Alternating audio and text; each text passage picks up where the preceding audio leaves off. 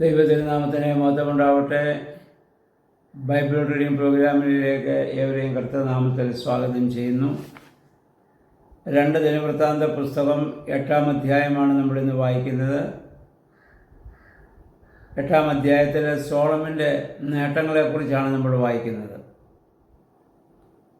അദ്ദേഹം തൻ്റെ കൊട്ടാരവും യഹോവയുടെ നാമത്തിലുള്ള അതിമനോഹരമായ ദേവാലയവും 20 വർഷം കൊണ്ട് പണിത് പൂർത്തീകരിച്ചു. അതിനുശേഷം തന്നെ സ്നേഹിച്ച അയൽരാജ്യമായ രാജാവായിരുന്ന ഹീരാമിൽ നിന്ന് ലഭിച്ചതായ പട്ടണങ്ങളൊക്കെ പുതുക്കി പണിത് ഇസ്രായേലിലെ അദ്ദേഹം അവിടെ താമസിപ്പിക്കുകയാണ്. അതിന് മതിലുകളും കവാടങ്ങളും ഓടാമ്പലുകളൊക്കെ ഉണ്ടാക്കി ആ നഗരങ്ങളെ അദ്ദേഹം പൂർണ്ണമായി സംരക്ഷിച്ചു. മറ്റ് ശത്രുക്കൾ വന്ന് പ്രവേശിക്കാതെ, യുദ്ധം ചെയ്യാതെ അതിനുള്ള സംരക്ഷണം അവിടെ നൽകുകയാണ്. വിജാതീയരായ ഹിത്യർ, അമോര്യർ, പെരീസ്യർ, അതുപോലെ ഹിവിയർ, ജബൂസ്യർ എന്നിവരെയൊക്കെ അദ്ദേഹം അടിമകളാക്കി അവരെ കൊണ്ട് വേല ചെയ്യിച്ചു. എന്നാൽ ഇസ്രായേലിൽ ആരെയും അടിമകളാക്കാതെ അവരെ സൈന്യത്തിൽ ചേർക്കുകയും സൈന്യാധിപന്മാരാക്കുകയും അതുപോലെ തന്നെ അവരെ രഥങ്ങൾ, കുതിരകൾ എന്നിവയുടെയൊക്കെ അധിപതികളാക്കി മാറ്റി അവർക്ക് നേതൃത്വ സ്ഥാനത്വം കൊടുത്ത് അവരെ ആദരിക്കുകയും ബഹുമാനിക്കുകയും ചെയ്തു. ഈ കാര്യങ്ങളൊക്കെ നോക്കുവാൻ വേണ്ടി മേൽനോട്ടക്കാരായിട്ട് തന്നെ 250 പേരെ അദ്ദേഹം നിയോഗിച്ചു എന്ന് നമ്മൾ വായിക്കുന്നുണ്ട്. പിന്നീട് നമ്മൾ വായിക്കുന്നത് താൻ വസിക്കുന്നതായ സ്ഥലം, യെരുശലേമിലെ അതിവിശുദ്ധമായ സ്ഥലം, തൻ്റെ പിതാവായ ദാവീദ് തിരഞ്ഞെടുത്ത സ്ഥലത്തെ യഹോവയുടെ ആ അതിമഹത്തായ ദേവാലയമുള്ളതിനാൽ തൻ്റെ ഭാര്യ ഫറവോ രാജാവിൻ്റെ മകളായി ഉള്ള തൻ്റെ ഭാര്യയെ അവിടെ നിന്ന് മാറ്റി താമസിപ്പിക്കുകയാണ്. കാരണം അവൾ ദൈവത്തിൽ വിശ്വസിക്കുന്നവളല്ല.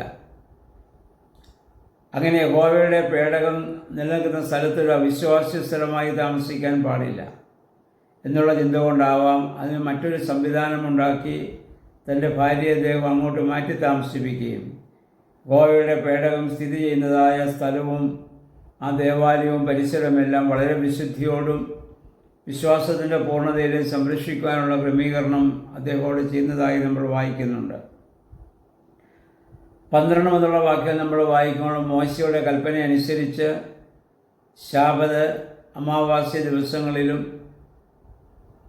അതുപോലെ തന്നെ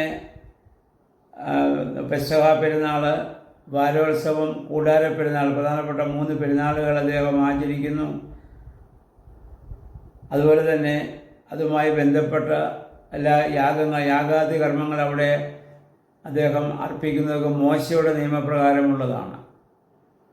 യഹോവയായ ദൈവം മുമ്പ് പറഞ്ഞല്ലോ, മോശ മുഖാന്തരം നിനക്ക് ലഭിച്ചതായ കൽപ്പനകൾ അനുസരിച്ച് നീ ജീവിച്ചാൽ നീ അനുഗ്രഹിക്കപ്പെടുമെന്ന്. അതനുസരിച്ച് ശലോമോൻ എല്ലാ കാര്യങ്ങളും ആ ദൈവത്തെ നിലനിർത്തിക്കൊണ്ട് പിതാക്കന്മാരുടെ ആ ആഗ്രഹത്തെ മാനിച്ചുകൊണ്ട് എല്ലാ കാര്യങ്ങളും അദ്ദേഹം അവിടെ ചെയ്യുകയാണ്. അതുപോലെ തന്നെ അദ്ദേഹം ദാവീദ് ഇതിനു മുമ്പ് നിർദ്ദേശിച്ച പോലെ പുരോഹിതന്മാരെ ഗണങ്ങളായി അദ്ദേഹം വേർതിരിച്ചു. ഓരോ ശുശ്രൂഷകൾക്കായി അവരെ പ്രത്യേകമായിട്ട് നിയോഗിക്കുകയാണ്. പുരോഹിതന്മാരെ സഹായിക്കുവാനും സ്തുതിഗീതം പാടുവാനുമായിട്ട് ലേവ്യരെ അദ്ദേഹം പ്രത്യേകമായിട്ട് നിയമിച്ചു. ലേവ്യരെ ഓരോ ദിവസത്തെ ക്രമം അനുസരിച്ച് അതിനെ നിയോഗിക്കുകയാണ്. ഇതൊക്കെ ദാവീദ് നേരത്തെ പറഞ്ഞ രീതി അനുസരിച്ച് തന്നെയാണ് ശലോമോനെല്ലാം ചെയ്യുന്നത്. ഓരോ വാതിലിനും അദ്ദേഹം കാവൽക്കാരെയാക്കുന്നു. ഭണ്ഡാരത്തിൻ്റെ കാര്യത്തിലോ മറ്റു കാര്യങ്ങളിലോ പുരോഹിതന്മാരും ലേവ്യരും രാജകൽപ്പനയ്ക്ക് വിരുദ്ധമായി ഒന്നും ചെയ്തില്ല. കാരണം അതനുസരിച്ചുള്ള നിയമങ്ങളും കൽപ്പനകളൊക്കെയാണ് രാജാവ് കൊടുത്തുകൊണ്ടിരുന്നത്. അതനുസരിച്ച് രാജാവും പുരോഹിതന്മാരും ജനങ്ങളൊക്കെ വളരെ സന്തോഷത്തിലും സമൃദ്ധിയിലും സമാധാനത്തിലും ജീവിക്കുന്ന ഒരു സാഹചര്യം അവിടെ ഉണ്ടാവുകയാണ്. ദേവാലയ അടിസ്ഥാനമിട്ടത് മുതലുള്ള എല്ലാ പണികളും അദ്ദേഹം അവിടെ പൂർത്തീകരിച്ചെന്നും വായിക്കുന്നു. അതിനുശേഷം അയൽരാജ്യമായ അവിടുത്തെ രാജാവായ ഹീരാം അദ്ദേഹത്തിന് കപ്പൽ അയച്ചു കൊടുക്കുന്നു, നാവികരെ അയച്ചു കൊടുക്കുന്നു. അതോടൊപ്പം 450 താലന്ത് സ്വർണം കൂടി അദ്ദേഹത്തിന് കൊടുക്കുന്നതായി നമ്മളിവിടെ വായിക്കുന്നുണ്ട്. പ്രിയമുള്ളവരെ, ഇതിൽ നിന്ന് നമ്മൾ എന്താണ് മനസ്സിലാക്കേണ്ടത്? നമ്മൾ ദൈവഹിതപ്രകാരം നമ്മൾ ജീവിക്കാൻ തയ്യാറാകുമ്പോൾ നമ്മളറിയാതെ തന്നെ അത്ഭുത വഴികളെ, വാതിലുകളെ ദൈവം നമുക്ക് വേണ്ടി തുറന്നു തരുന്നു എന്നുള്ളതാണ്. ശലോമോൻ അനുഗ്രഹങ്ങളൊക്കെ ഉണ്ടാവാൻ കാരണം അവൻ്റെ പൂർവ്വപിതാവായ ദാവീദ് ദൈവസന്നിധിയിൽ സമർപ്പിച്ചതായ സമർപ്പണവും പ്രാർത്ഥനയുമാണ്. അതേ അനുഭവത്തോടെ തൻ്റെ മകനായ ശലോമോനെ അദ്ദേഹം ദൗത്യങ്ങൾ പരമേൽപ്പിക്കുകയും യഹോവയുടെ കൽപ്പന അനുസരിച്ച് നീ ജീവിച്ചാൽ നിനക്ക് അനുഗ്രഹങ്ങൾ ഉണ്ടാകുമെന്നും മോശയുടെ ന്യായപ്രമാണമോ അതിലെ ആചാരാനുഷ്ഠാനങ്ങൾക്കോ തടസ്സമുണ്ടാക്കരുതെന്നും ഒക്കെ ദാവീദ് പറഞ്ഞതനുസരിച്ചും സോളമൻ ഇവിടെ ജീവിക്കുകയാണ്. അതാണ് അദ്ദേഹത്തിൻ്റെ ജീവിതത്തിൻ്റെ ഏറ്റവും വലിയ അനുഗ്രഹം. അദ്ദേഹത്തിന് നമുക്കറിയാം, ദൈവം വലിയ ജ്ഞാനം കൊടുത്തു. ആ ജ്ഞാനമുള്ളവന് മാത്രമേ അപ്രകാരം ചിന്തിക്കുവാനും പ്രവർത്തിക്കുവാനും സാധിക്കുകയുള്ളൂ. ഇല്ലെങ്കിൽ അധികാരം ലഭിക്കുമ്പോൾ അഹന്തയും അതുപോലെയുള്ളതായ ദോഷപ്രവൃത്തികളൊക്കെയാണ് സാധാരണ എല്ലാവരിലും അധികാരം ലഭിക്കുന്നവരിൽ ഉണ്ടാവുക. അതിൽ നിന്നൊക്കെ വളരെ വ്യത്യസ്തനായ ഒരു വ്യക്തിയായി സോളമനെ നമുക്കിവിടെ കാണാൻ സാധിക്കുന്നുണ്ട്. നമ്മുടെ ദൈവഹിത പ്രകാരം ജീവിക്കുവാൻ നമ്മൾ തയ്യാറാകുമ്പോൾ നമ്മളിൽ അറിയാതെ അത്ഭുത വഴികളെ ദൈവം നമുക്ക് വേണ്ടി തുറന്നു തരും. ദൈവത്തിൻ്റെ വലിയ സംരക്ഷണം നമുക്ക് അനുഭവിക്കാൻ സാധിക്കുമെന്നുള്ളതാണ്. വിശുദ്ധ മത്തായിയുടെ സുവിശേഷം 6-ാം അധ്യായത്തിൻ്റെ 30-31 വാക്യങ്ങൾ നമ്മൾ വായിക്കുമ്പോൾ നമ്മുടെ കർത്താവ് പറയുന്നു, മുന്നമേ അവൻ്റെ രാജ്യവും നീതിയും അന്വേഷിപ്പീൻ, അതോടൊപ്പം സകലവും ദൈവം നിങ്ങൾക്ക് തരും. നിങ്ങളൊരു കാര്യം മാത്രം ചെയ്താൽ മതി, ദൈവത്തെ അന്വേഷിച്ചാൽ മതി. ആ ദൈവവും നിങ്ങളുമായുള്ളൊരു ബന്ധം സ്ഥിരമായി നിലനിൽക്കുമെങ്കിൽ നിങ്ങളൊന്നും ഭയപ്പെടേണ്ട കാര്യമില്ല.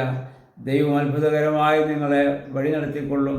അവൻ്റെ രാജ്യവും നീതിയും അന്വേഷിക്കാൻ മാത്രമാണ് ആവശ്യപ്പെടുന്നത്. അതിന് പ്രിയമുള്ളവരെ, നമുക്കും ആവശ്യം നമ്മുടെ കർത്താവായ യേശു ക്രിസ്തുവിൽ പൂർണ്ണമായി വിശ്വസിച്ചുകൊണ്ട് നമ്മുടെ കർത്താവ് നൽകിയ കൽപ്പനകൾക്ക് അനുസരണമായി നമ്മുടെ ജീവിതത്തെ ക്രമപ്പെടുത്തുവാൻ നമുക്കിടയാകണം.